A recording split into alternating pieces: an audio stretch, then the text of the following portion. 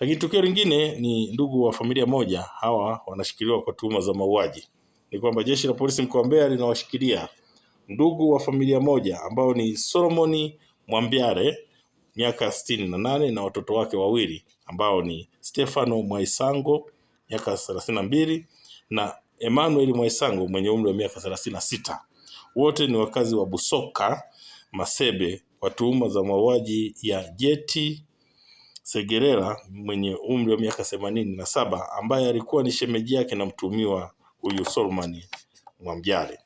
Tukio hilo lilitokea Februari 7 mwaka huu katika kitongoji cha Busoka kilichoko katika kijiji Rusungo kata ya Mwakwale, ambapo inadaiwa mtuhumiwa kwa kushirikiana na watoto wake hawa wawili ambao nimekwisha wataja walimuua Jeti Segerera kwa kumkata na kitu chenye ncha kali sehemu ya shingoni na kisha wakawa wametoweka.